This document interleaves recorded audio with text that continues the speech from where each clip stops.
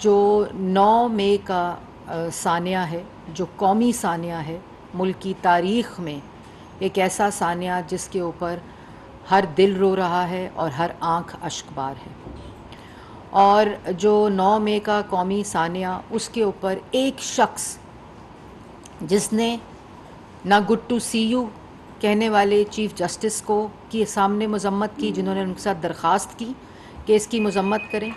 ان کے جتنے قائدین تھے، جب ان سے میڈیا نے سوال کیا کہ اس کی مذمت کریں تو کسی نے مذمت نہیں کی، کیونکہ جب اس پورے واقعے کی منصوبہ بندی زمان پارک میں عمران خان کے حکم پہ،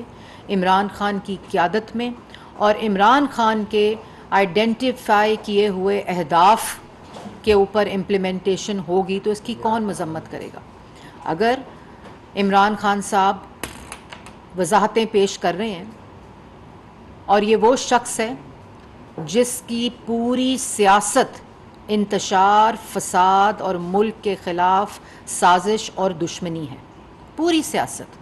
آپ ان کا پورا کانڈکٹ دیکھ لیں، ڈی چوک پہ قبریں کھودنے سے لے کر،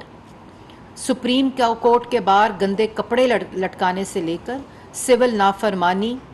او اے آئی جی پولیس کے سر پھاڑے گئے، یہ ڈی چوک کی کہانی ہے۔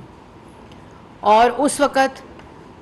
اگر اس کو سزا مل جاتی، پاکستان ٹیلی ویژن کے اوپر حملہ،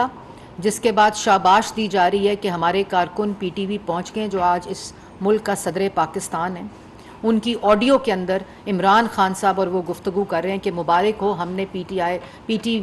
وی کے اوپر حملہ کر لیا اور پی ٹی وی کو تباہ کر دیا۔ جیو پاکستان کے لیے